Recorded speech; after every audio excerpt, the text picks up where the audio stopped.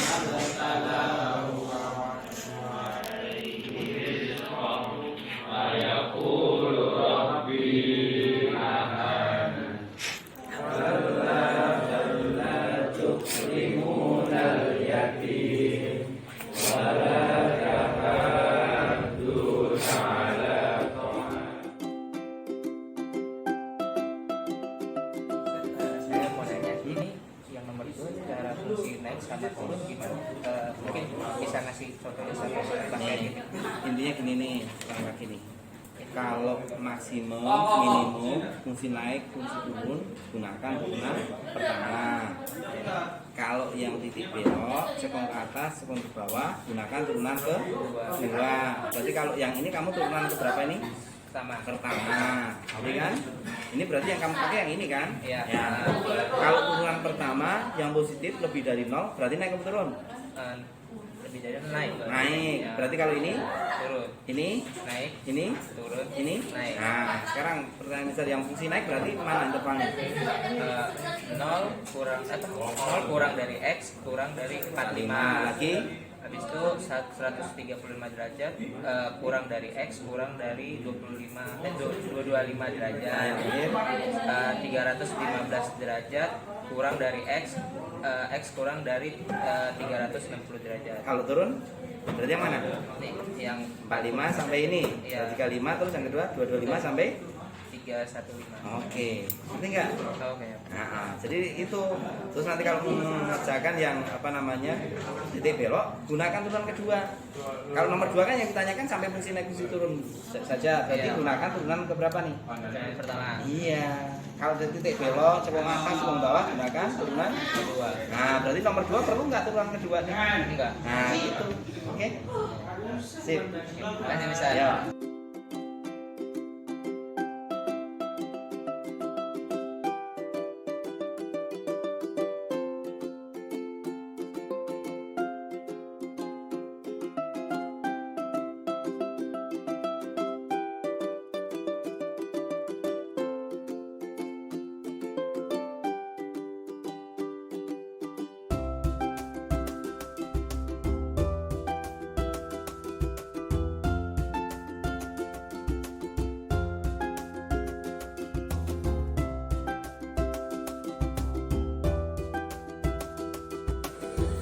Mat, bangun. Mister, Kenapa? tiduran Mister. Ketiduran. Kenapa kok bisa ketiduran? Tadi malam begadang. Oh, sampai malam. Iya Mister. Oh, sampai jam berapa? Sampai jam 1:30. Ngapain? Kamu sampai setengah 2. Tuh banyak tugas Mister. Tugas apa main? Aduh, aduh gimana Mat supaya nggak tidur di ruang kelas gimana nih? Enaknya nih. mau tidur terus di kelas terus enggak? Ya enggak lah. Enggak kan ya. Terus gimana nih supaya enggak tidur di kelas? Gimana nih enaknya? Ya awal tidurnya lebih awal. Oh, di rumah. Iya Mister. Enggak begadang ya? Iya, biar ini biar pintar kan mau UN, iya enggak? Oh, UN UTBK, iya kan? Iya. Pengen ke PTN kan? Iya pengen. Iya, jadi jangan tidur ini ya, jangan tidur malam-malam. Kasihan bapak ibunya. Iya. Ya udah ya, jangan tidur lagi ya. Oke, sip. Ya.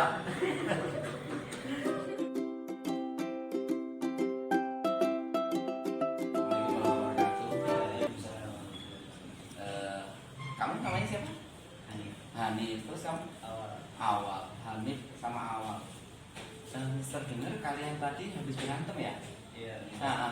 Kenapa yang memulai siapa dulu nih? Apa namanya?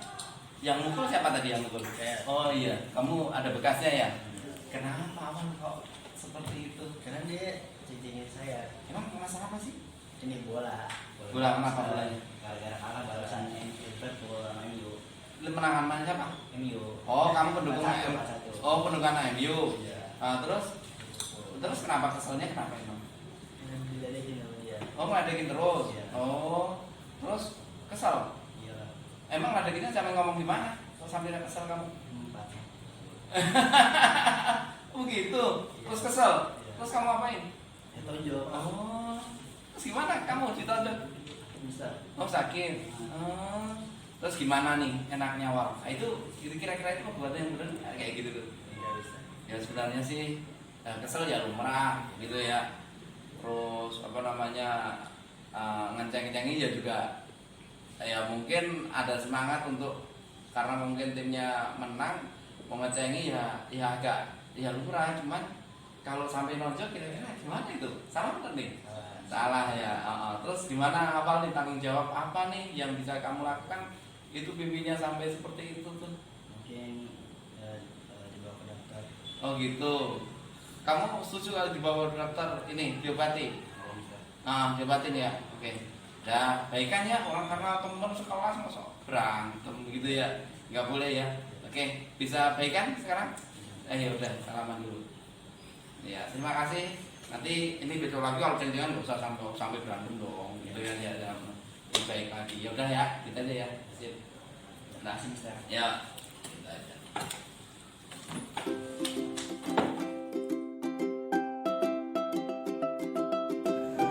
Tadi kan Mister negur kamu pas belajar tidur gitu. Menurut Rahmat nih, bagaimana pendapat Rahmat kalau Mister negur dengan cara tadi jadi nggak perlu marah-marah, dengan Mister langsung marah-marahin kamu nih, gimana pendapatmu enakan mana nih? Lebih enak ditegur pakai cara santai. Nah, jadi nggak perlu marah-marah ya. Jadi, terus kalau pendapat kamu bagaimana harusnya guru-guru itu kalau negur siswanya? Itu kalau siswa berbuat kesalahan gimana? Menurut kamu gimana enaknya? Dikasih tahu baik-baik sama dikasih solusinya dengan cara ngomong santai aja. Oh, dikasih tahu solusinya ya. Ya mungkin karena memang ini ya tidur kenapa gitu kan nggak tahu ya. Jadi harus dikasih tahu solusinya harusnya seperti apa gitu ya Mas ya. Terus selanjutnya selain itu Rahmat pun punya semangat ya itu untuk memperbaiki dirinya supaya tidak tidur di kelas gitu. Baik, jadi itu ya Mat ya. Mudah-mudahan kamu jadi anak soleh, anak pinter, terus masuk PTN ya dari kelas 13. Ya udah, itu aja Mat. Terima kasih ya Mat ya. Ya.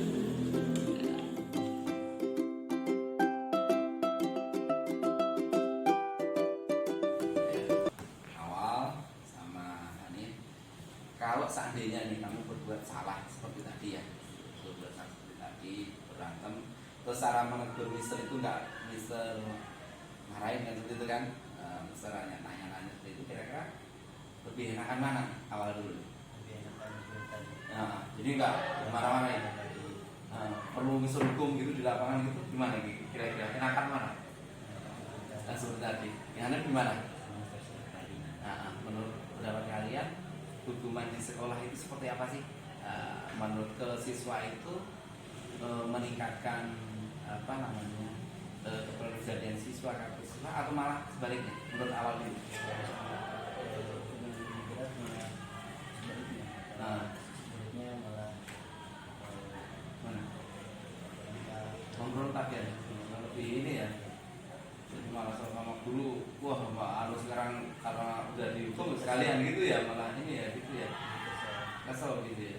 Kalau kamu nih gimana? Saya sih ya ini buat jadi guru itu ya buat mendidik siswanya supaya itu lebih Kamu pernah dihukum yang keras nggak? sering Nah terus itu gimana pendapat kamu? Habis dihukum gitu tuh kamu lebih enak atau lebih brutal lagi gitu? ya nggak enak sih Mister. Nah. Kayak lebih pengen brutal gitu tapi ya buat kedisiplinan juga gimana. Oh ya gitu ya. Jadi sebenarnya tuh pas dihukum itu pengennya malah lebih brutal lagi gitu ya. Oh, tapi karena untuk kedisiplinan ya sudah gitu ya. Nah, menurut masukan awal dulu dan ke depan itu kalau hukuman kepada anak itu harusnya seperti apa? Jadi nasihati Nah, kasih tahu oh gitu ya. Bagus lah. Kalau menurut Hanif gimana? yang bisa dibuat lebih baik gimana solusinya itu ya udah. Nggak perlu dihukum gitu. Oh nggak perlu. Oh iya. Baik. Udah mudah-mudahan SMA kita lebih bagus lagi ya, gitu ya. Dan kedepannya dan ya nanti hukuman kita lihat apakah memang efektif atau tidak. Gitu ya. Terima kasih awal, terima kasih Hanif. Mudah-mudahan berkah dan mudah-mudahan masuk PTN ya. Gitu. Assalamualaikum warahmatullahi wabarakatuh. Ya, sama-sama.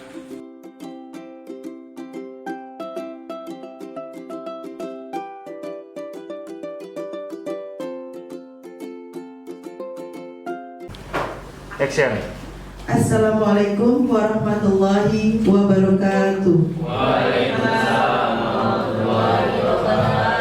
Alhamdulillah. Alhamdulillahi salatu wassalamu ala rasulillah Sayyidina wa maulana Muhammadin abdillah. Rabbi shrahli sadri wa yassirli amri wahlul 'uqdatam min lisani yafqahu qawli. Amma ba'd. Kepada yang saya hormati Bapak Anas Polijan MPD sebagai Kepala Sekolah SMAS Islam PB Sudirman II Bekasi, pada yang saya hormati Miss Eni Destiani MPD sebagai Wakasek Kurikulum, yang saya hormati Pak Rinaldo SPD sebagai Wakasek Kesiswaan, yang saya hormati Abi Wahyu Indriadi ST sebagai Wakasek Sarpras dan Humas, dan yang saya hormati dan cintai pula Bapak Ibu rekan Dewan Guru serta teman-teman karyawan yang semua insya Allah dirahmati Allah Subhanahu Wa Taala. Pertama-tama marilah kita panjatkan puja dan puji syukur kita kehadirat Allah Subhanahu Wa Taala yang telah melimpahkan nikmat iman, Islam, dan sehat kepada kita semua, sehingga kita dapat berkumpul di tempat yang insya Allah diberkahi oleh Allah Subhanahu Wa Taala dalam acara pembiasaan budaya positif di lingkungan SMAS Islam PB Sudirman II Bekasi. Salawat serta salam marilah kita lantunkan kepada junjungan Nabi kita Nabi Muhammad Sallallahu Alaihi Wasallam, pada keluarganya dan para sahabatnya yang telah membawa kita dari zaman kegelapan kepada zaman yang terang benderang berilmu pengetahuan seperti sekarang ini.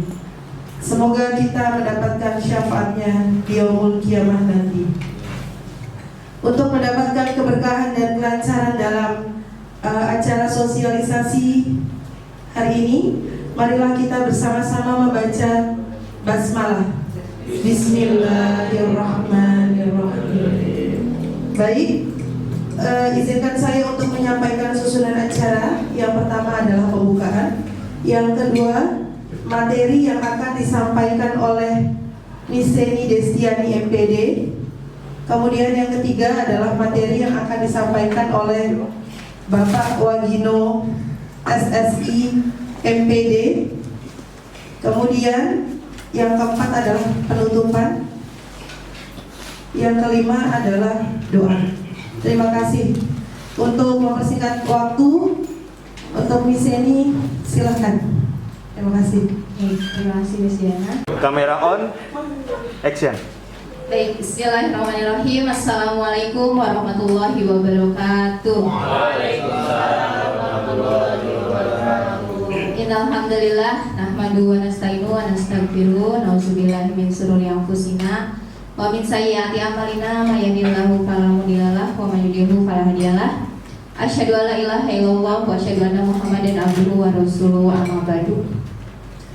Puji syukur kita panjatkan kehadiran Allah Subhanahu wa taala. Pada siang hari ini kita dapat berkumpul ya di sini. Bapak dan Ibu guru mungkin bingung apa nih, kenapa kok kita dikumpulin di sini gitu ya. Bapak dan Ibu yang terhormat, Bapak Rinaldo, SPD, Wakil Kepala Sekolah Bidang Siswaan, yang terhormat Abi Wahyu, Wakil Kepala Sekolah Bidang Sapras, Bapak dan Ibu guru sekalian, izinkan kami dari calon guru penggerak Angkatan kelima Kabupaten Bekasi ingin menyampaikan apa yang telah kami dapatkan. Kemarin kita sudah belajar tentang modul 1. Modul 1 itu adalah tentang budaya positif. Jadi pada hari ini kami akan mengimbaskan kepada Bapak dan Ibu guru untuk apa? Untuk nanti diterapkan dalam keseharian, baik itu dalam pembelajaran, baik dalam tingkah laku sehari-hari di sekolah bersama anak-anak gitu ya. Ada materi-materi yang akan kami beritahu gitu ya.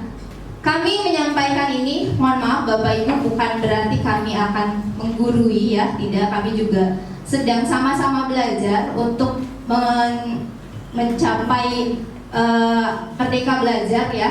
Kita kan tahu ya pada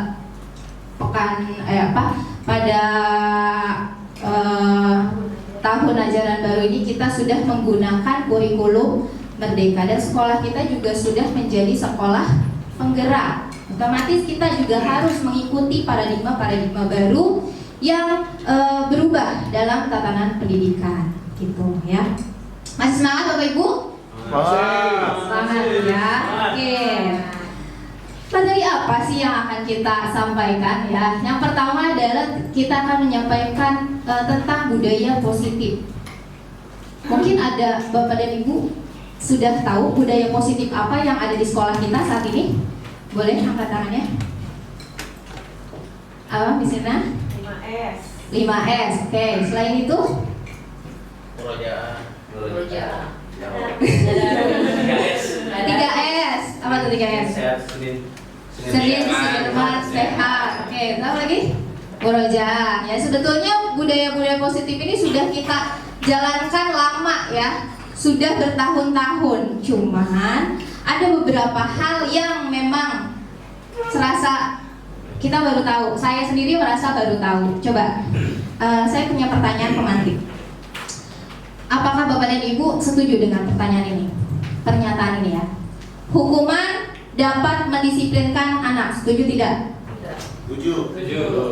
Ya, setuju. Setuju? Berarti 90% lah ya? Setuju. Yang kedua, pemberian hukuman dengan hal positif seperti membaca atau membersihkan halaman sekolah dapat meningkatkan disiplin anak, setuju nggak? Setuju. Hukuman semua. Ya, hukuman tapi positif. Setuju. Oke. Yang ketiga, memberi penghargaan dapat meningkatkan motivasi belajar anak. Setuju. Hampir semuanya setuju ya. Ada yang tidak setuju nggak?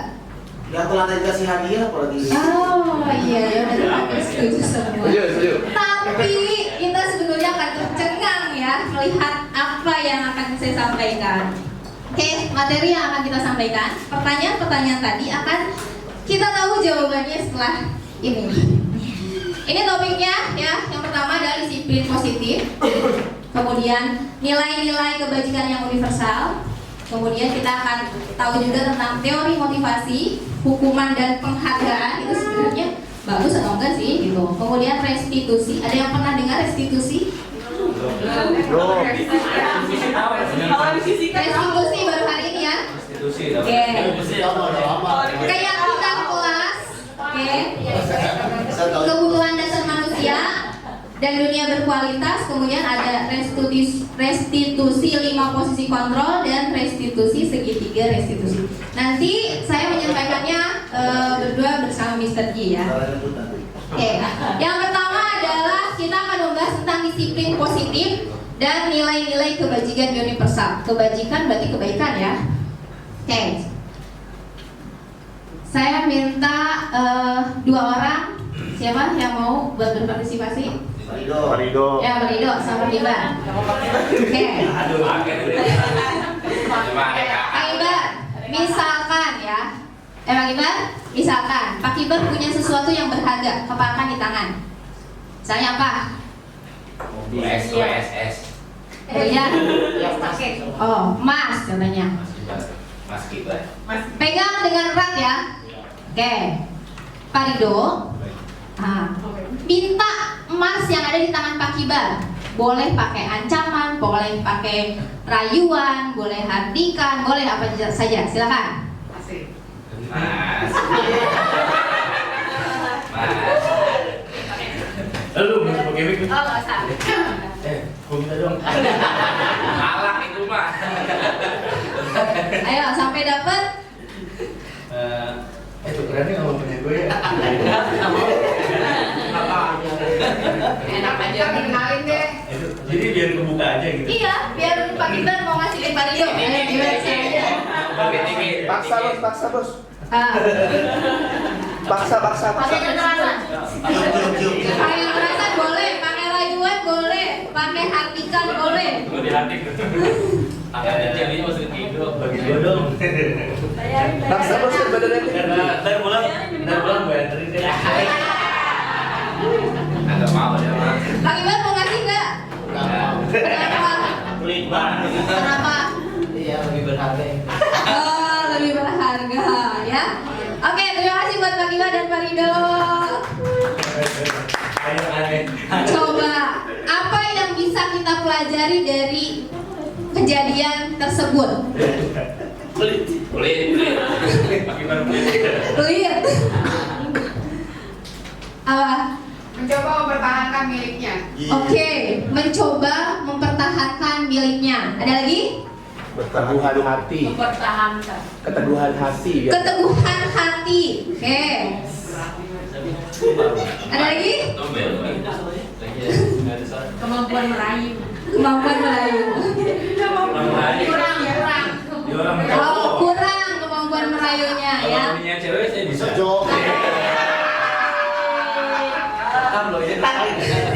Bang, Pak Rido udah minta ya dong 2 gitu ya, udah merayu, tapi Pak Kibar tetap tidak mau memberikan apa yang dia punya ya. Ini terkait dengan motivasi, terkait sama kontrol diri. Kontrol diri, Pak Rido bisa nggak mengontrol Pak Kibar? Nggak bisa. Tidak bisa ya? Iya. Bisa dengan sesuatu. Bisa nggak bisa? Tidak bisa diungkapkan. Tidak bisa ya? Tidak bisa kan Pak Rido? Bisa nggak? Nyuruh Pak Kibar ngasih emasnya? Gak bisa. Tapi kalau Pak Kibarnya sebenarnya mau memberikan, Pak Kibar berarti punya apa namanya? Rela gitu, dirinya dikontrol. Rela dirinya dikontrol sama orang lain gitu. Jadi sebetulnya kontrol diri itu yang punya siapa? Diri kita sendiri. Ini pun yang terjadi pada siswa kita, Bapak Ibu, murid-murid kita ya. Kita lihat nih, ini yang terjadi selama ini. Ilusi guru mengontrol murid. Guru mengontrol murid kan? Anak-anak harus begini, harus begitu, ya kan? Tapi padahal seharusnya tidak boleh seperti itu. Murid mau dikontrol guru karena apa? Takut. Banyak ya, Karena nilai. Paksa, karena nilai. Berarti kan murid bersedia, ya, bersedia merelakan dirinya untuk dikontrol oleh bapak ibu guru. Tapi belum tentu dia ikhlas, belum tentu dia sesuai dengan kemauannya, ya kan? Lagi, ilusi bahwa kritik dan membuat orang merasa bersalah dapat menguatkan karakter. Betul nggak? Kritik itu bisa menguatkan karakter seorang nggak? Tergantung. Tergantung orangnya. Tergantung pribadinya. Tergantung, ya. Sama, ini juga ilusi kritik bahwa kita harus mengetahui apa potensi dalam diri kita sendiri, gitu ya. Kemudian ilusi bahwa semua penguatan positif itu efektif dan bermanfaat. Penguatan positif selalu efektif dan bermanfaat nggak? Nggak mesti. Pada umumnya ya. Tapi toksik positif ya, itu nanti berhubungan sama penghargaan. Kemudian bahwa orang dewasa memiliki hak untuk memaksa.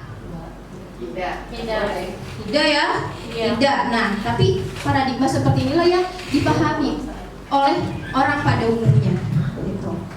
Nah, kita lihat teori dari Stephen R. Covey. Benar nggak sih? Bagaimana seorang bisa berubah dari paradigma stimulus respon, yang tadi itu namanya paradigma stimulus respon, menjadi kepada pendekatan teori kontrol. Ya, jadi kita belajar tentang teori kontrol. Bila kita ingin membuat kemajuan perlahan, sedikit-sedikit ubahlah sikap dan perilaku Anda. Namun, bila kita ingin memperbaiki cara-cara utama kita, maka kita perlu mengubah kerangka acuan kita. Ubahlah bagaimana Anda melihat dunia, bagaimana Anda berpikir tentang manusia, ubahlah paradigma Anda, skema pemahaman, dan penjelasan aspek-aspek tentang realitas. Jadi mari kita ubah nih paradigma kita yang sekarang itu terhadap murid kita, terhadap rekan kita. Caranya bagaimana nih? Kita ada beberapa pertanyaan. Siapa sesungguhnya yang memiliki kontrol? Tadi sudah kan? Siapa? Diri kita sendiri, bukan orang lain ya. Jadi kita harus merubah paradigma ini. Dari stimulus respon, contohnya seperti ini. Kita mencoba mengubah orang agar berpandangan sama dengan kita. Bisa nggak? Ya sebenarnya ya. Tapi kita harus berusaha memahami pandangan orang lain tentang dunia. Gitu ya, Bapak Ibu. Kemudian yang kedua, perilaku buruk dilihat sebagai suatu kesalahan. Betul nggak? Betul ya, perilaku buruk. Tapi kita ubah paradigma kita bahwa semua perilaku itu mempunyai tujuan. Jadi perilaku baik, perilaku buruk pasti punya tujuannya. Itu ya. Tidak selalu bahwa perilaku buruk itu adalah suatu kesalahan. Ini hanya beberapa contoh ya. Stimulus responnya, orang lain bisa mengontrol saya. Padahal sebenarnya tidak ya. Anda hanya bisa mengontrol diri Anda sendiri. Gitu. Kemudian saya bisa mengontrol orang lain, bisa nggak? Tidak bisa juga. Kita harus tanamkan dalam diri kita bahwa kita tidak bisa mengontrol orang lain. Gitu. Pemaksaan adalah ada pada saat bujukan gagal. Seperti Pak Ridho tadi ya gagal, jadi dipaksa gitu. Harusnya kita berkolaborasi dan konsensus menciptakan pilihan-pilihan baru gitu. Jadi jangan memaksa. Yang kemudian adalah model berpikirnya biasanya menang atau kalah. Kita harus ubah paradigma kita menjadi berpikir menang. Oke, Bapak dan Ibu, ini semuanya terkait dengan teori disiplin positif. Teori disiplin positif ini menurut Dr. William Glasser, ini ada teori kontrol dan teori pilihan ya Bapak Ibu. Yang pertama adalah Anda tidak bisa mengontrol orang lain, hanya Anda yang bisa mengontrol diri Anda sendiri, betul kan? Betul ya. Nanti dari kontrol ini nanti akan menjadi disiplin sendiri, gitu ya. Makna dari disiplin adalah belajar kontrol diri dengan menggali potensi yang ada pada diri kita agar tujuan mulianya itu tercapai. Tercapainya berdasarkan apa? Berdasarkan nilai-nilai yang dihargai. Nah, dari teori kontrol ini juga ada semua perilaku memiliki tujuan. Itu berarti berkaitan dengan teori motivasi. Teori motivasi ini ada dua. Yang pertama adalah motivasi ekstrinsik dan motivasi ekstrinsik. Nah, intrinsik. X dan Y.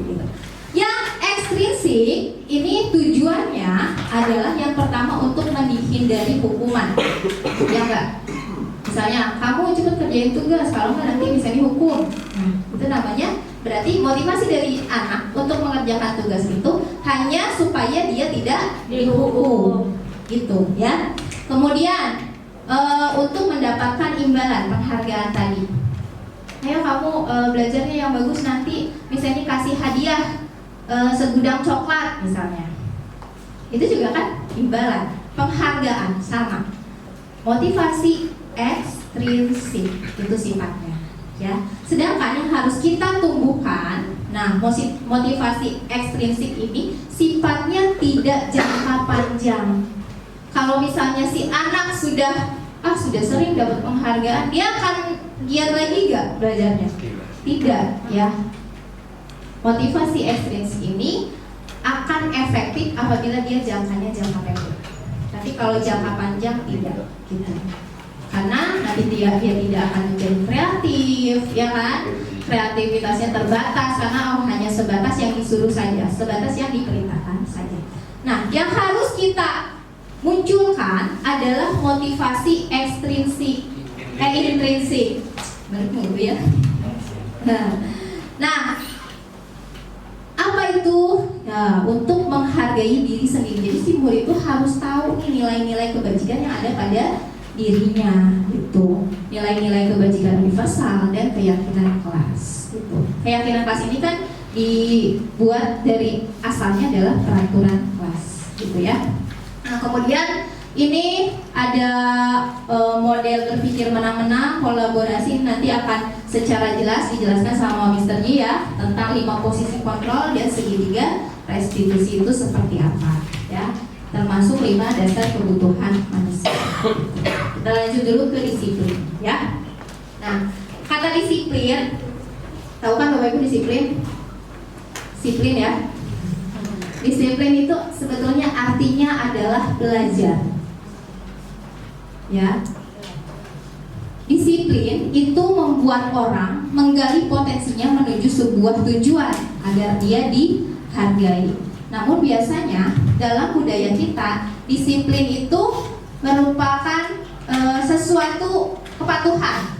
Misalnya nih, berkendara harus menggunakan helm.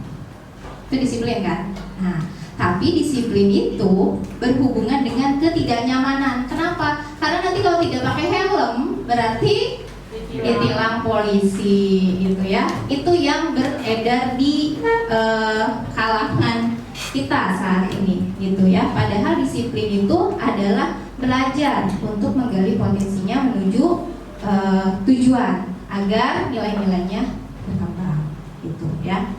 Nah, Bapak Ibu, di sini ada nilai-nilai kebajikan universal. Sebetulnya banyak teori-teori kebajikan yang harus kita gali dari murid, ya.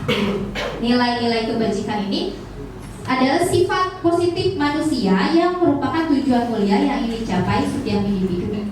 Jadi banyak ya, nih ada beberapa.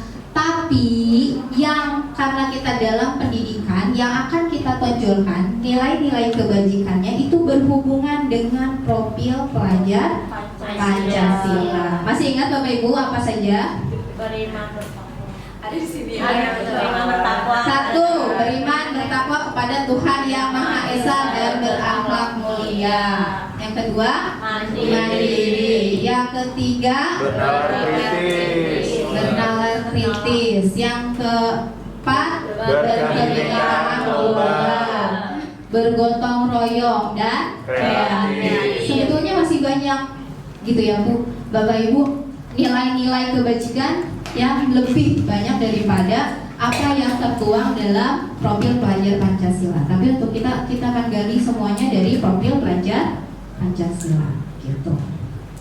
Nih teori motivasi yang tadi ya Bapak dan Ibu, ada yang eksternal, kemudian ada yang internal ya. Untuk yang eksternal nih, yang tadi untuk menghindari ketidaknyamanan atau untuk menghindari hukuman. Apa yang akan terjadi apabila saya tidak melakukannya, gitu kan? Jadi prinsipnya apa nih nanti kalau saya tidak melakukan itu, yang tadi tidak pakai helm berarti kan saya ditilang, gitu. Kalau anak-anak juga seperti itu, kalau saya tidak mengerjakan tugas nanti dihukum, gitu. Yang kedua, mendapatkan penghargaan. Kalau apa yang terjadi dapatkan apabila saya melakukan sama, gitu ya. Tapi untuk yang intrinsik, ini saya akan menjadi orang yang seperti apa bila saya melakukan. Kita harus menanamkan motivasi intrinsik ini pada murid-murid kita, gitu ya. Tidak mudah, tapi insya Allah kita pasti bisa ya. Karena ingat filosofi Ki Hajar Dewantara yang sudah pernah bisa Mister disampaikan waktu rapat kerja ya. Bapak dan Ibu guru juga sudah mungkin ya sudah belajar di PMM bahwa kita itu sebetulnya mengantarkan, menuntun murid-murid kita untuk mencapai kebahagiaan dan kesejahteraan atau will being gitu ya. Jadi kita harus kembali kepada bagaimana nih si anak itu ya. Di situ ada kata merdeka gitu ya. Merdeka itu artinya tidak terlepas dari perintah, akan tetapi cakap buat pemerintah sendiri. Jadi si anak tuh jangan karena kita perintahkan dia mau gitu. Kita harus menumbuhkan motivasi intrinsiknya supaya dia merasa oh ini tuh penting bagi saya, ini tuh perlu bagi saya gitu. Bisa dipahami ya Bapak Ibu? Bisa. Baik. Nah, ini kata-kata yang tadi Bapak Ibu dengar. Restitusi. Apa itu restitusi? Nah, ya. Restitusi adalah proses menciptakan kondisi bagi murid untuk memperbaiki masalah mereka sendiri, sehingga mereka bisa kembali pada kelompok mereka dengan karakter yang lebih kuat. Restitusi ini juga adalah proses kolaboratif yang mengajarkan murid untuk mencari solusi untuk masalah mereka dan membantu murid berpikir tentang orang seperti apa yang mereka ingin jadi, tujuannya apa gitu, dan bagaimana mereka harus memperlakukan orang lain. Ini nanti akan lebih luas lagi dibahas oleh Mr. Dia. Saya sedikit saja. Ini ciri-cirinya restitusi. Bukan untuk menembus kesalahan, namun untuk belajar dari kesalahan. Contohnya restitusi seperti ini. Misalkan ada dua orang sedang bermasalah. Nah, Pak Kibar tadi direbut emasnya sama Pak Rido. Bagaimana cara guru untuk menyikapinya? Nah, inilah yang disebut dengan restitusi. Nanti ada ya. Tujuannya yaitu untuk memperbaiki hubungan. Nggak tidak langsung gurunya itu langsung Pak Kibar, kenapa berantem sama Pak Rido? Nah, gitu kan? Itu emas saya diambil gitu kan? Nah, nanti setelah kejadian ini bisa nggak hubungan Pak Kibar sama Pak Rido itu baik atau malah jadi selek seterusnya gitu kan? Nah, ini juga sebagai tawaran bukan paksaan gitu ya. Kemudian restitusi juga menuntut melihat ke dalam diri. Jadi nanti Pak Kibar sama Pak Rido dituntut untuk melihat dirinya sendiri bukan melihat orang lain gitu ya. Restitusi mencari kebutuhan dasar untuk mendasari tindakan. Tuh. Kemudian restitusi sendiri adalah cara yang paling baik, gitu ya. Restitusi fokus pada karakter, bukan tindakan. Meskipun tadi awalnya adalah sebuah tindakan, nanti pada akhirnya akan berarah pada karakter, gitu ya. Restitusi berfokus pada solusi. Restitusi mengembalikan murid yang berbuat salah pada kelompoknya. Jadi kalau si Pak Kibar udah salah nih, nanti ketika sudah kembali lagi, nanti akan berteman lagi dengan Pak Kibar gitu. Ya. Nah, berikutnya adalah keyakinan kelas. Keyakinan kelas. Di awal pembelajaran, Bapak dan Ibu biasanya membuat apa? Kesepakatan ya. Kalau dulu sebelum mengenal kurikulum merdeka, saya buatnya peraturan, ya kan? Betul. Peraturan yang harus diikuti oleh anak-anak. Ini.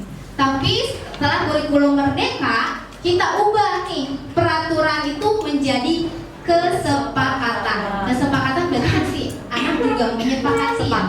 Tidak merasa terbebani, terpaksa melakukan apa yang telah kita sepakati bersama. Gitu. Nanti si kesepakatan ini lama-lama harus menjadi keyakinan kelas. Jadi bukan sesuatu yang harus kita ingatkan lagi. Misalnya nih, saya di kelas saya tidak boleh bermain handphone, gitu kan? Kesepakatannya apa? Misalnya kalau bermain handphone, handphonenya diambil. Tapi beriring dengan waktu, si kebiasaan ini, kesepakatan ini harus mereka sadari sendiri. Jadi mereka, oh kalau misalnya main handphone di kelas, berarti nanti akan diambil sama Miss Eni. Sehingga dia tidak melakukan hal itu. Sampai beberapa waktu dia tidak melakukan hal itu, sehingga itu menjadi keyakinan dalam diri mereka bahwa oh perbuatan seperti itu tidak baik. Mereka sadar sendiri akan kesepakatan sehingga itu menjadi sebuah keyakinan kelas. Nah, ini contohnya ya. Mengapa kita memiliki peraturan harus menggunakan helm biar bila mengendari kendaraan roda 2? Kenapa Bapak Ibu? Bayar duit. Kenapa? Biar safety. Biar aman. Nah itu, kalau itu sudah keyakinan diri apa peraturan? Keyakinan diri ya. Jadi semua orang tuh, muridnya tuh harus yakin bahwa itu tuh adalah keyakinan diri kita, bukan karena nanti kalau nggak pakai helm ditilang gitu. Ya. Kemudian, mengapa kita memiliki peraturan 3M? Pakai masker, mencuci tangan, menjaga jarak. Biar terhindar dari COVID. Iya, biar terhindar dari penyakit. Nah itu kan sudah keyakinan diri, bukan lagi karena oh iya di ruangan ini nih harus pakai masker, semuanya baru pakai masker. Kalau tidak ada aturan itu tidak. Nah itu sudah menjadi keyakinan diri. Ya. Mengapa kita memiliki peraturan harus datang tepat waktu pada saat jam mengajar misalnya? Kenapa? Kewajiban. Biar menjadi contoh. Biar menjadi contoh, menjadi teladan. Apa coba keyakinannya? Tanggung jawab. Iya, bertanggung jawab atas pekerjaan yang dia emban gitu. Bukan hanya karena ini dari sekolah mewajibkan datang jam 6.45, jadi guru datangnya ya jam 6.45 gitu.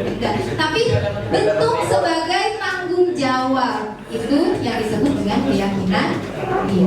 Itulah. Jadi Bapak Ibu nanti juga kita harus menerapkan ke anak-anak untuk membangkitkan motivasi intrinsik mereka gitu ya. Mungkin betul memang awalnya adalah sebuah peraturan kelas, nanti akan menjadi keyakinan kelas. Keyakinan kelas itu menjadi keyakinan sekolah. Nanti di keyakinan sekolah itu nanti akan membentuk menjadi lingkungan yang positif. Jadi dari hal kecil membesar sehingga nanti itu semuanya menjadi budaya positif. Gitu Bapak Ibu. Ya. Oke. Sebenarnya masih banyak ya. Ini ada kesepakatan kelas gitu ya. Ini tadinya dari keyakinan kelas menjadi kesepakatan kelas. Kesepakatan kelas menjadi keyakinan kelas gitu ya. Lihat contoh berikut. Kesepakatan kelas, datang tepat waktu dan mengucapkan salam. Itu kesepakatan kan? Kesepakatan atau keyakinan?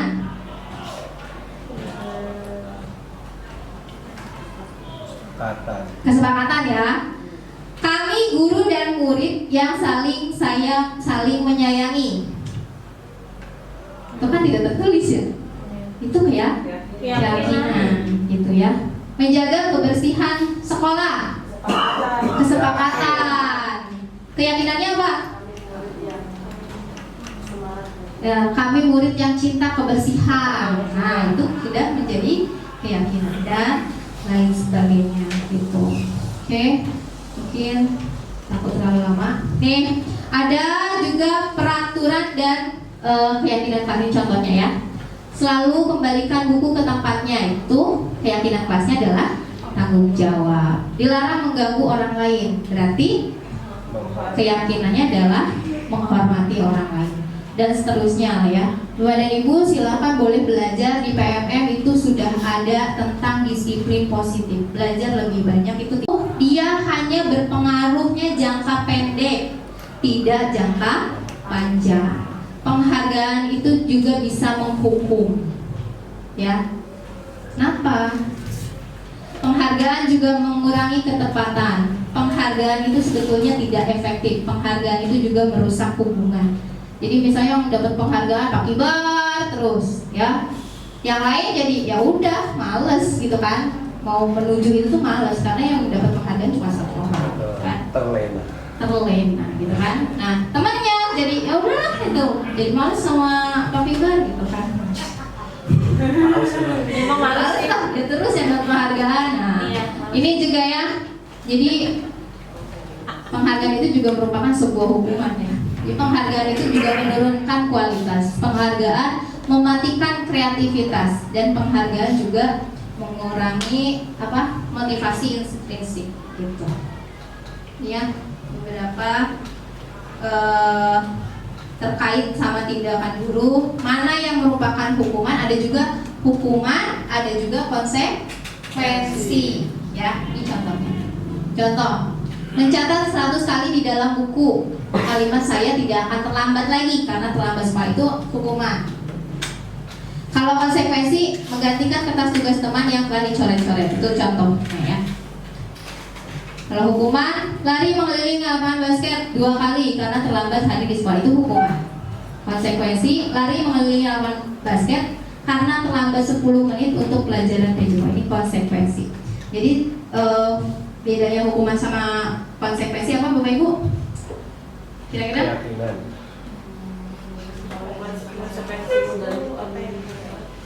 Konsekuensi menyadari, menimbulkan kesadaran. Menimbulkan kesadaran. Kalau hukuman? Kayak terpaksa gitu ya. Kalau konsekuensi itu sebelumnya sudah menyepakati, terus konsekuensinya bagaimana? Kalau hukuman tidak gitu ya, langsung gitu, tidak sebelumnya tidak ada gitu. Oke, Bapak dan Ibu, ini contoh-contohnya mungkin nanti bisa dipelajari lagi ya, karena terkait waktu juga sudah mau jam 2. Silakan saya kembalikan ke Miss Diana untuk diteruskan. Terima kasih. Assalamualaikum warahmatullahi wabarakatuh. Baik, terima kasih kepada Miss Sandy yang sudah menyampaikan materi ya terkait tentang budaya positif ya. Kemudian materi selanjutnya yang akan disampaikan oleh Mr. Wagino SSI MPD kepada Mr. Wagino, saya persilahkan.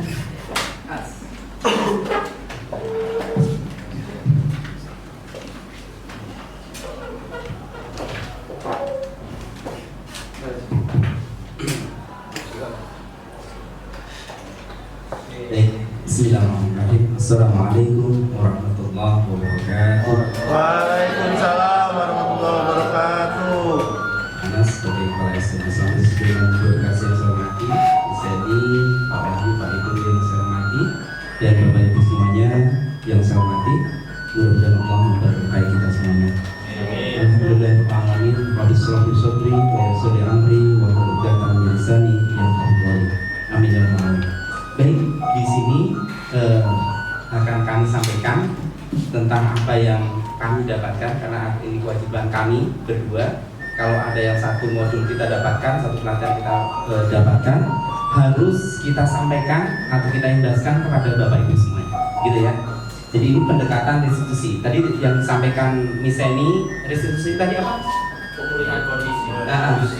Jadi intinya harus ini paradigma baru, mengeluarkan keyakinan diri dari siswa, itu ya. Faktor intrinsiknya yang harus kita keluarkan, bukan ekstrinsiknya. Kenapa hadiah tadi tidak diperkenankan dalam pendidikan paradigma baru ini tadi? Kenapa? Karena itu faktor ekstrinsik. pengaruhnya hanya sebentar, tidak lama, gitu ya. Jadi tidak dibenarkan. Misalnya tadi hukuman itu kan hanya karena takut, gitu kan ya? Boleh nggak tadi? Iya. Kenapa? Itu faktor ekstrinsi, gitu loh. Ini paradigma baru yang kami pelajari. Jadi ini akan menimbulkan sesuatu yang mungkin nanti akan kita jelaskan. Penelitian apa yang ada pada pendekatan restitusi dalam mengontrol murid, ya, mengontrol murid. Baik, Bapak Ibu semuanya. Jadi kita akan lihat bagaimana pendekatan restitusi ini. Jadi ini kalau restitusi itu win-win solution. Siswa menang, guru juga menang, gitu loh. Ini intinya begitu. Jadi jangan sampai guru menang, siswa tertekan, gitu loh, gitu ya. Ini Pak Umar, anaknya Pak Umar sedang makan dulu. Nah, nih kita lihat ini Diana Gosan. Diana kali ya. Dalam bukunya ini restitution, restructuring school discipline mengungkapkan bahwa guru perlu meninjau kembali penerapan disiplin di dalam ruang-ruang kelas mereka selama ini. Apakah telah efektif? Apakah berpusat, memerdekakan, dan memandirikan murid? Ini tujuan kita. Murid itu mandiri, keluar dari zona tertekan dari luar, merdeka mereka. Jadi murid itu merdeka, apa yang mereka merasa salah, tapi mempunyai win solution, bukan mereka tertekan, tapi mereka bersemangat untuk memperbaiki diri. Ini yang kita inginkan, gitu ya. Jadi dan memandirikan murid dan bagaimana dan mengapa. Ini Diana Gosan dalam bukunya seperti itu. Nah, Bapak Ibu guru semuanya yang saya hormati, ini kita lihat ini. Jadi ada beberapa cara kita mengontrol siswa, gitu ya. Jadi cara kita mengontrol siswa itu ada beberapa cara. Jadi ada yang rata-rata kita faktor eksternal, gitu ya, eksternal. Bagaimana kita mewujudkan internal? Memang anak-anak itu termotivasi menjadi lebih baik. Satu, nanti kita lihat Bapak Ibu posisi yang mana nih? Ini ya. Satu, penghukum.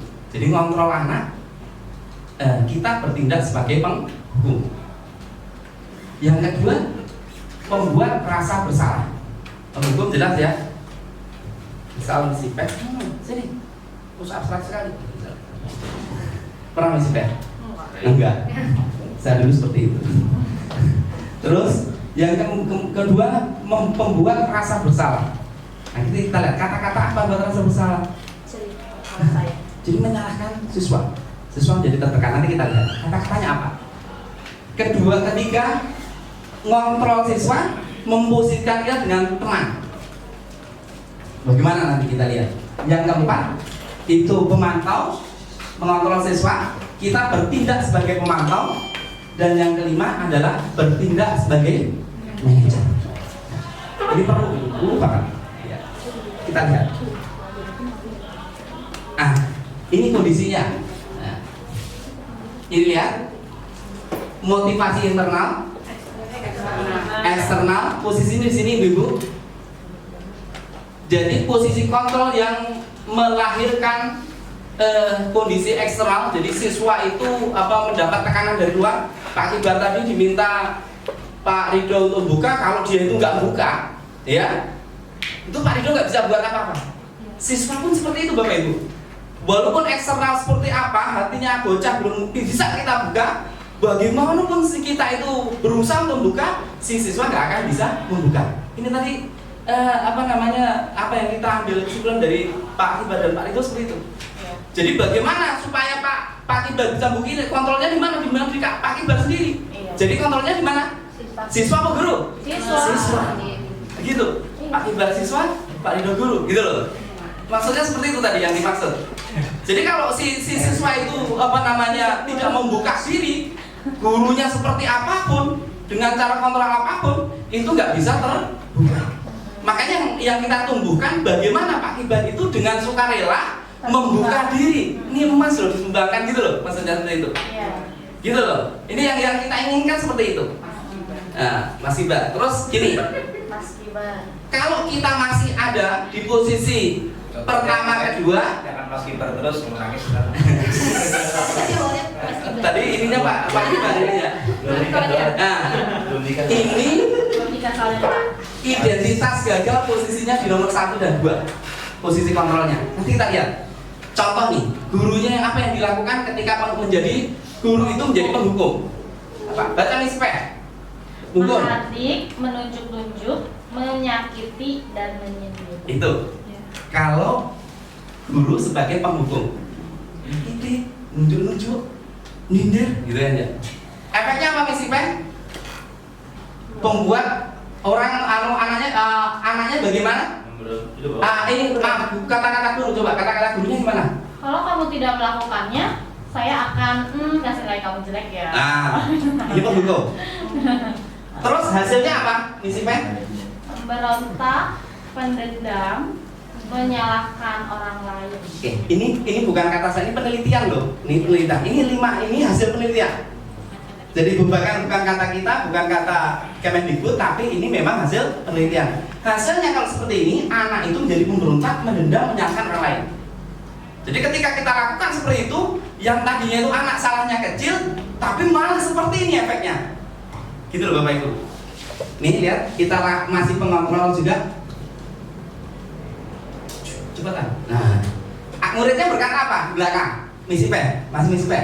Saya tidak peduli. Nah, gitu kalau menghukum. Gitu ya. Ini penelitiannya seperti itu. Terus dampak pada murid lagi Mengulangi kesalahan berulang kali, perilaku menjadi agresif. ya. Ini kemarin beberapa anak sini juga saya tanya tentang ini, bagaimana pendapat kalian? Ini ternyata mengejutkan saya juga. Kata-kata ini yang nomor ini juga muncul. Saya menjadi lebih ini, Mister. Lu harus pengen ngulangi lagi ngapain? Gitu ternyata. Dari beberapa orang yang saya tanya, gitu ya. Yang nomor ini munculnya. Terus yang terakhir kaitan dengan dunia berkualitas gimana, Bu? Murid meletakkan guru di luar dunia berkualitas. Semuanya nggak anggap, gitu maksudnya seperti itu. Gitu ya. Ini kalau penghukum. Berarti kita nggak bisa menggali potensi anak itu ya, mengeluarkan faktor internal tadi supaya mengasih emasnya tadi, belum bisa. Kalau penghukum, gitu ya. Oke, baik. Yang kedua, sebagai pembuat orang merasa bersalah. Miss Dona, baca gurunya ngapain? Berceramah menunjukkan kekecewaan mendalam. Berceramah, dia menunjukkan kecewa yang dalam. Apa yang katakan guru coba? Kamu sudah mengecewakan ibu. Ayah, kamu sudah mengecewakan ibu, sudah mengecewakan bapak, sudah membuat ini saya, gitu kan ya, dan sebagainya. Ini membuat orang bersalah. Jadi nunjuk anak itu menjadi kayak orang yang dihakimi dan salah. Itu pokoknya apalah kata-kata Bapak Ibu lebih tahu gitu kan ya. Tahu itu kan bagaimana. Jadi menunjuk anak itu jadi ngerasa salah, gitu ya. Efeknya apa Miss Dona? Menyembunyikan, menyangkal, berbohong. Ya, itu dia. Kalau membuat bersalah, efeknya anak itu bisa menyembunyikan sesuatu, menyangkal dan berbohong. Begitu ya, Bapak Ibu. Terus terakhir, enggak terakhir masih ini lagi. Nah, terus murid berkata apa? Iya. Kalau mainan saya dulu berbohong, gitu loh. Ini bukan hanya di sini loh, di mendidik anak kita juga sama Bapak Ibu. Ini memang restitusi ini bisa digunakan kita, keluarga kita, dan seorang atasan ke bawahan, gitu ya. Terus dampak pada murid? Rendah diri. Ya, rendah diri. Rasa gagal. Tidak berharga. Begitu, karena sering disalahkan. Gitu ya. Terus selanjutnya, jadi efeknya begitu kalau kita nyalakan sering nyalakan murid itu menjadi tidak berharga, rendah diri merasa. Terus Bu, meletakkan guru di dalam dunia yang berkualitas. iya. Tapi sesuatu itu, itu hebat banget. Tapi dia merasa rendah diri. Bagus nggak? Guru tuh bagus banget, tapi saya jauh banget dan menjadi merasa rendah diri. Gimana? Bagus nggak? Enggak. Dua ini Bapak Ibu dikatakan sebagai apa, perilaku kontrol negatif dari identitasnya gagal. Jadi perilaku kita gagal di sini kalau kita masih dua ini. Gitu ya.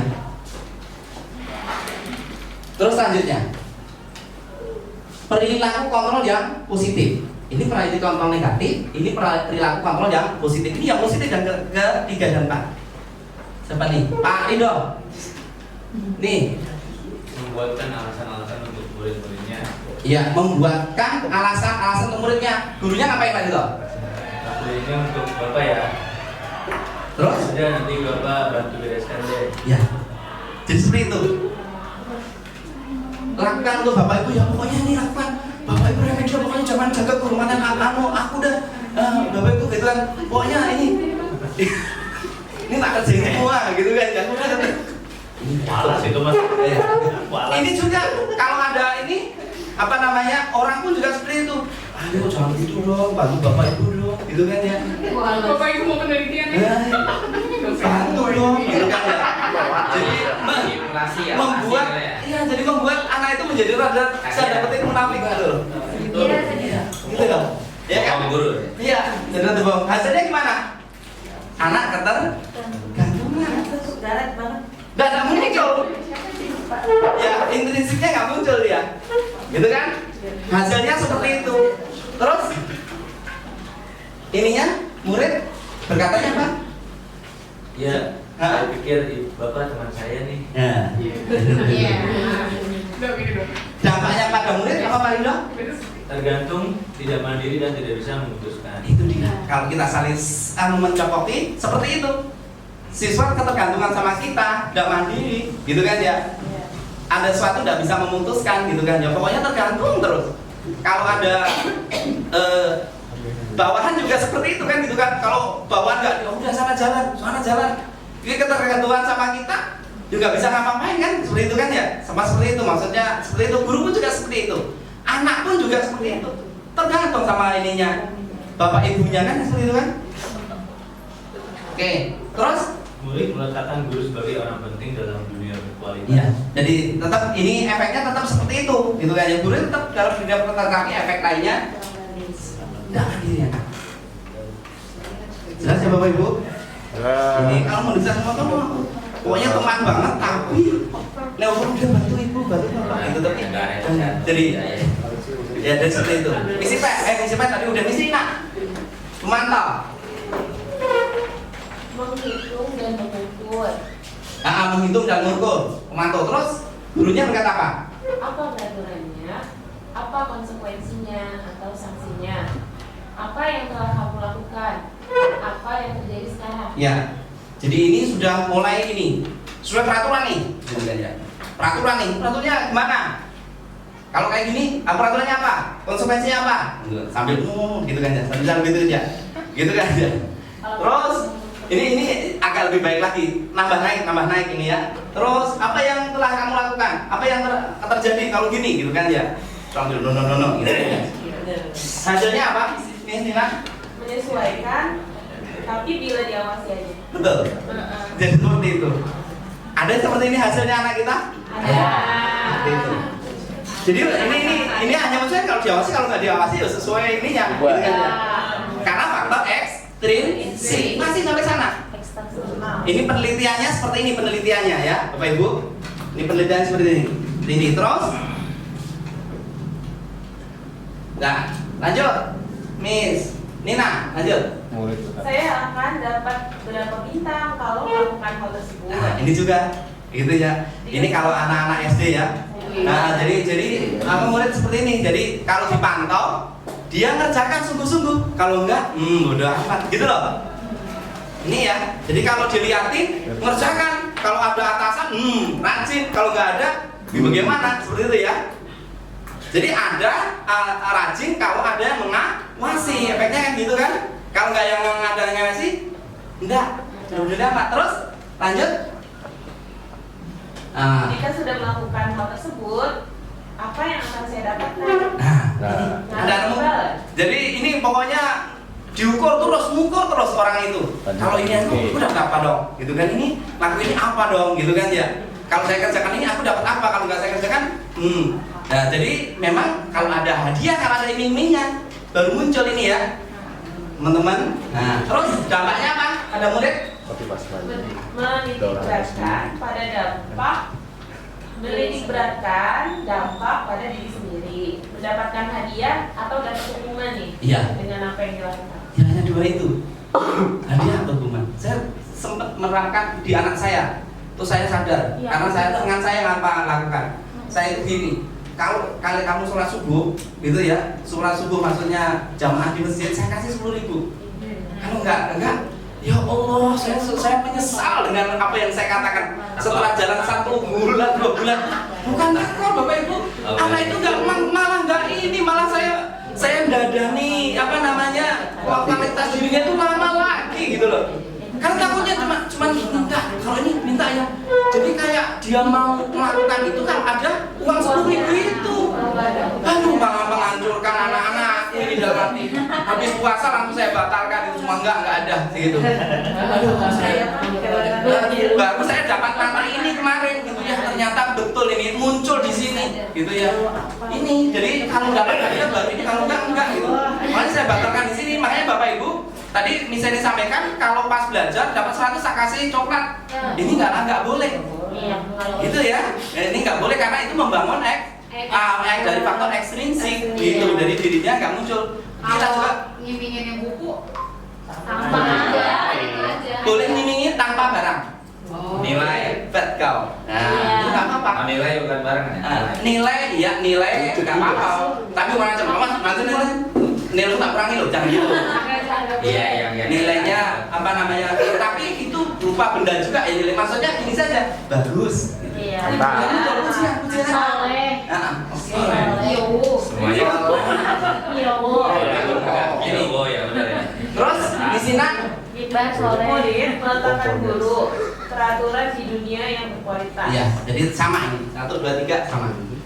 Jadi seperti itu Bapak Ibu ya. Jadi kalau sebagai pengawas seperti itu. Jadi hanya punishment dan hadiah. Gitu kan ya. Hanya itu yang diinginkan muncul dalam diri. Yang paling bagus yang ini nomor terakhir Ibu. Terakhir. Ini motivasi intrinsik yang harus kita kembangkan. Apa ini Bapak Ibu? Sebagai posisi manager. Ini yang paling bagus. Guru berbuat apa nih? Siapa nih? Pak Ibar. Oh, untuk tadi dikerjain sekarang Pak Ibar nih. Gurunya ngapain Pak Ibar? Mengajukan pertanyaan-pertanyaan. Baik. Mengajukan pertanyaan-pertanyaan, membimbing. Pertanyaan yang membimbing ya maksudnya. Tujuannya apa? Biar mereka itu mengeluarkan dirinya sendiri. Ini aku seperti ini loh, gitu loh. Itu maksudnya seperti itu. Pertanyaan itu yang membuat anak itu mengeluarkan sendiri. Apalagi? Apa yang Gurunya berkata apa yang kita yakini? Nah, mengingatkan keyakinan kelas. Di kelas kita meyakini apa? Kalau kemarin peraturan kelas, sekarang diubah menjadi keyakinan kelas, gitu ya. Nah, kemarin kesepakatan kelas, sekarang keyakinan kelas, gitu ya. Terus apa yang kita yakini di kelas, gitu kan? Coba diingatkan, iya, gitu. Oh gini-gini, saya nggak boleh terlambat. Kamu terlambat? Ya, saya salah, gitu kan? Bukan salah mengakui, tapi ada ngerasa ada yang harus diperbaiki. Tapi apa yang diperbaiki bagaimana? Apa yang kamu lakukan untuk ini gitu kan? Oh saya harus lakukan ini. Nah itu kan muncul dari dirinya, gitu ya, Bapak Ibu. Terus lanjut apa ini? Apa kata-kata lagi? Oh ya bawahnya. Apa kamu yakini hal tersebut? Ya. Kalau kamu meyakininya, maukah kamu memperbaikinya? Nah ini ditunjuk untuk memperbaiki sesuatu itu. Jadi memperbaiki sesuatu itu bukan dari ekstrinsik, tapi dirinya mau ngapain dia, gitu ya. Untuk memperbaiki diri apa yang dilakukan, dia yang harus mengeluarkan diri, gitu ya Bapak Ibu. Terus lanjut.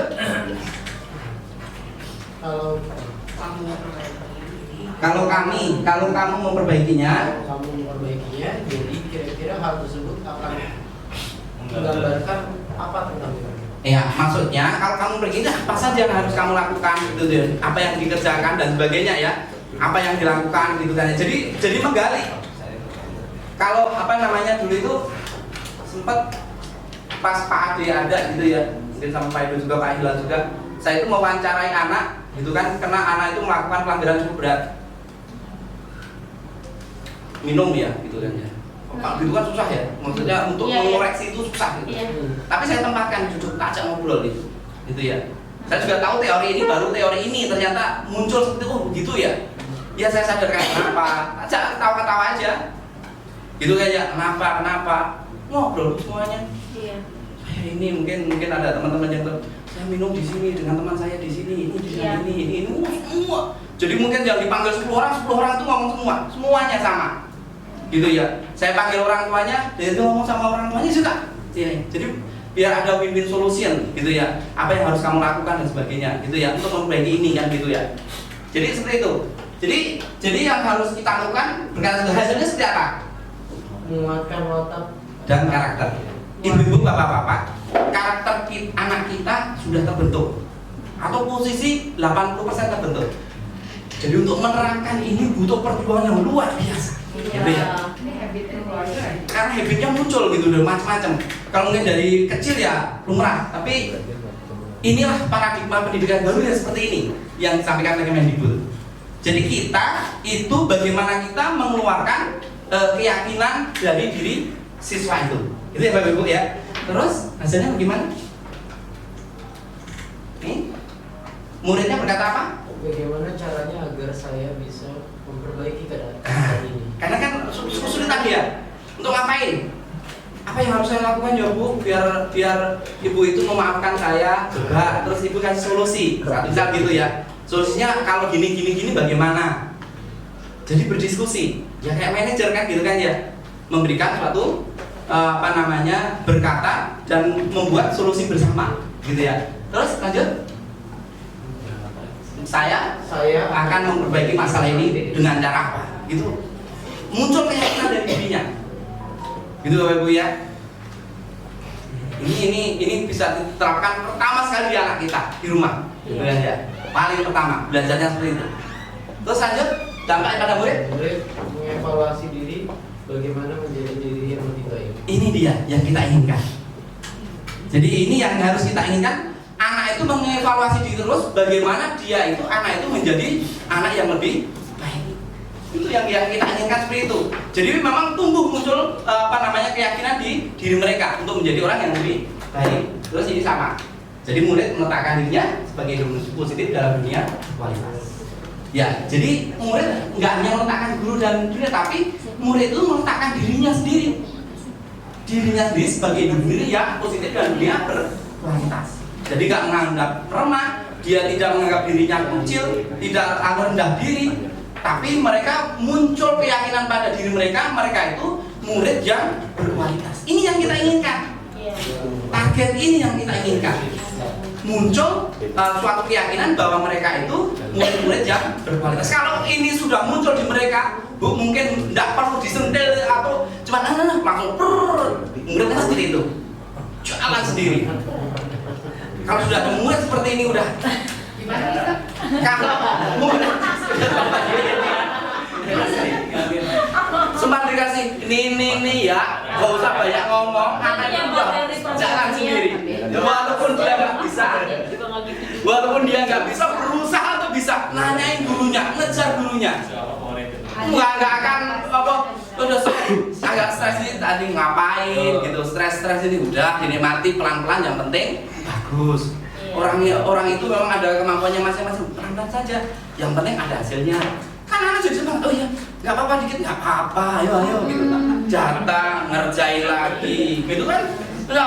Jangan sampai Bapak Ibu marahin anak ketika anak itu nggak bisa, gitu. Karena orang itu beda-beda ya. Aduh, udah sabar aja, udah seperti itu. Biar muncul keyakinan dulu, yang penting itu keyakinannya muncul dulu. Kalau udah muncul dah, walaupun mereka ada yang nggak bisa, mereka itu yang penting rajin, udah. Podo ngerjain kan semangat, nggak tahu sini diajari. Seperti itu Bapak Ibu. Itu ya Bu ya, Bapak Ibu. Nah, di sana kita coba bersama-sama, mudah-mudahan sukses semuanya. Ini yang manajer tadi Bapak Ibu, bagaimana cara kita memposisikan diri. Nah, jujur Bapak Ibu, dari kelima cara ini kontrol yang terbaik apa? Yang akhir lah. Yang apa namanya, kontrol apa sebagai apa? Nah, apa yang harus kita lakukan ketika menjadi seorang kontrol yang manajer, ini ada segitiga restitusi. Pertama, menstabilkan identitas, tempat menstabilkan diri. Ada siswa berbuat salah, gak usah langsung marah, senyumin saja. Kenapa? Kamu kok tidur satu misal di kelas? Kalau cerita, kamu langsung cerita dia.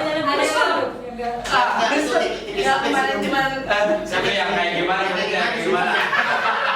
Rapat, tidur di kelas. Kayak gimana? Bisa semua salah sih. Enggak. Ini teorinya. Restitusinya. Kalau misalnya kayak Rido namanya mungkin bisa. Oh, kalau yang kayak Omar. Ini maksudnya ya. Nah gini, ya contoh anak tidur di kelas. Kemarin juga ada. Kenapa? Saya ngantuk nih. Kenapa ngantuk? Turun kenapa tadi malam sampai tidur malam? Main game, Mister. Main game di mana? Bersama siapa? Kan langsung tahu di sini. Bocah seneng main game. Gimana nih caranya kita akan main game? mengeluarkan ini?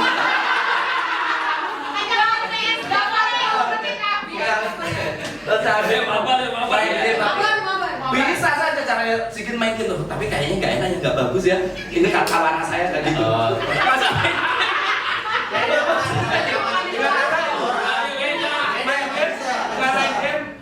Di sini bisa, tapi langsung kamu kayaknya nggak enak main game kayak gini. Muncul. Coba jadi lama diajarin sama anak kayak itu. Ya, jadi pertama menstabilkan. Jadi anak itu dibuat kondisi stabil supaya ngomong apa adanya ke kita. Gitu ya. Apapun yang diomongkan kita dengarkan baik, ya. Jadi menstabilkan kondisi. Jadi nggak langsung enggak, tapi kenapa? Ada apa? Biar ngomong. Bang dipotong, berarti beda ya anak ini sama anak orang ya? Oh enggak, ini teorinya anak orang ya, tetap beda kalau anak orang ini ya. Ya, ini masalah di kita adalah anak kita sudah ada mempunyai identitas nih. Jadi mempunyai karakter sendiri kan gitu kan ya. Jadi kondisinya kan untuk membuat inilah seperti yang saya sampaikan tadi. Ini cukup berat, ya. Tapi inilah paradigma pendidikan baru seperti ini, gitu ya Bapak Ibu ya. Jadi seperti itu, menstabilkan. Yang kedua, menanyakan keyakinan. Jadi keyakinan apa yang telah kita sepakati sama keyakinan kelasnya. Terus bagaimana misal keyakinan agama. Ini kira-kira kalau menurut agama kayak gini gimana sih? Kan ya, biar diingatkan, diingatkan terus. Nah, terus kedepannya, misal ke guru-guru, ke anak-anak besok itu mengingatkan kembali kalau orang tua. Nah, saya ingat UGM di depan mata loh, UI di depan mata loh, gitu kan? Ingatkan saya biar muncul keyakinan mereka. Kalau lagi malas aku udah ingat di luar sana. Makanya kalau ini mungkin dia pengen kerja dagang bisa atau menikah beda lagi. Baik. Intinya seperti itu. Bagaimana itu cara kita? Bagaimana cara kalian? Cara Pak Edo gimana lah? Terserah. Gitu ya. Supaya menjadi supaya anak itu tertarik. Bagaimana monggo? Terserah. Itu ada cara dengan cara metode dengan karakteristik masing-masing guru. Gitu ya. Ya. Validasi tindakan yang salah. Tapi kalau yang salah tetap kita validasi itu salah enggak? Harus digituin. Biar tahu kalau itu salah, gitu kan ya. Oke, kalau salah, terus mencari adakah cara yang lebih efektif untuk mendapatkan yang kamu butuhkan. Maksudnya selain itu cara yang salah kira-kira apa yang terbaik? Kasih waktu, dikasih cara lah. Supaya intinya teman-teman semuanya, bagaimana kita menumbuhkan keyakinan dari diri anak kita. Itu cara yang terbaik. Tidak keyakinan internal.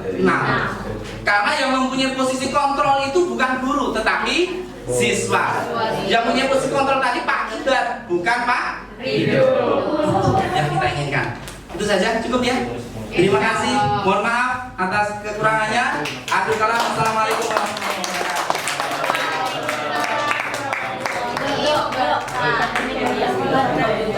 Baik, terima kasih Mr. G atas materi yang sudah diberikan dan ilmunya kepada kita semua. Untuk selanjutnya, Pak Anas ingin menambahkan, silakan Pak. Sesi tanya jawab ada.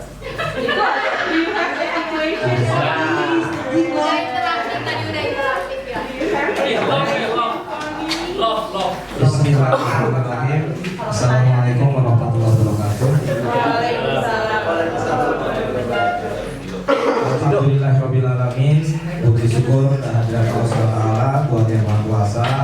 Subhanallah, pada sore hari ini kita dapat materi dari dua narasumber yang hebat. Ini isinya daging semua, tapi